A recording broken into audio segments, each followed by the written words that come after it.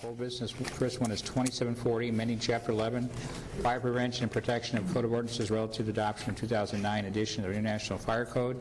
It allows a more rapid access to the property without damaging the property. This key box system greatly does that. I think that we have not duly considered all the privacy and Fourth Amendment issues that come along with having the keys of your business or to your home on the front of your property. In this day and age, to have access to everybody's apartment. Let's say a city government employee decides that they need a new Xerox copy machine. Who would be liable? Or they need a new printer or a new computer. What if a key is stolen? Now, you wouldn't think that anyone would do something like that, but we don't know. Apparently this box is going to be universal, and that's going to have everybody's apartment keys. What if someone gets murdered or raped? Will the city be liable for that? Our job is to make sure property and people remain safe. If I have a fire, I don't think I'm going to worry about the cost of the door being broken down to get into my house to put out the fire. What gives you guys the right to mandate, do an unfunded mandate on the citizens? This opens up a big can of worms into the intrusion of our private property and our rights.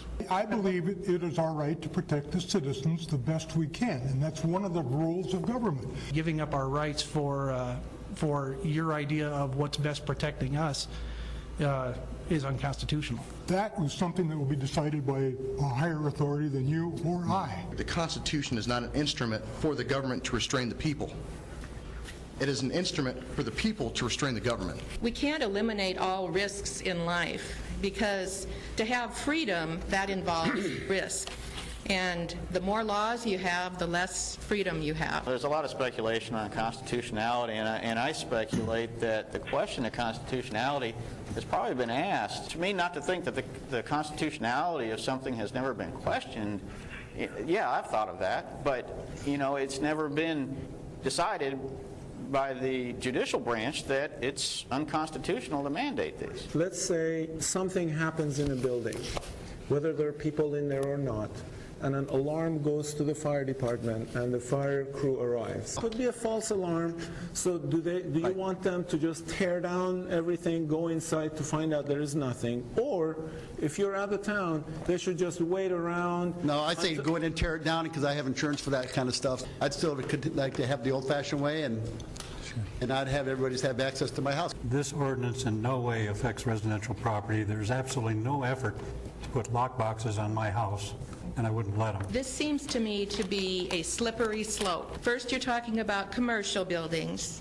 then I hear triplexes, then duplexes, then it could go to single apartment dwellings, and then who's to say it would not go to residential? If you guys think that there's not more people than what's here tonight that are going to balk on this, you're wrong. I assure you, the next reading, there's going to be a lot more people here.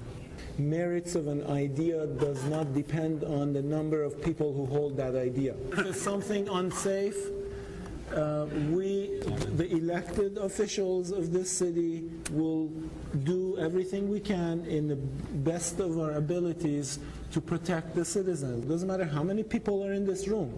We have to protect everyone. Tom, your last one. Aye. 6 voting aye, 1 voting nay, Mr. Mayor. Will be a third reading for the next council meeting 3 weeks from tonight, and you're free to talk to any of us between now and at the meeting also. Okay, thank you.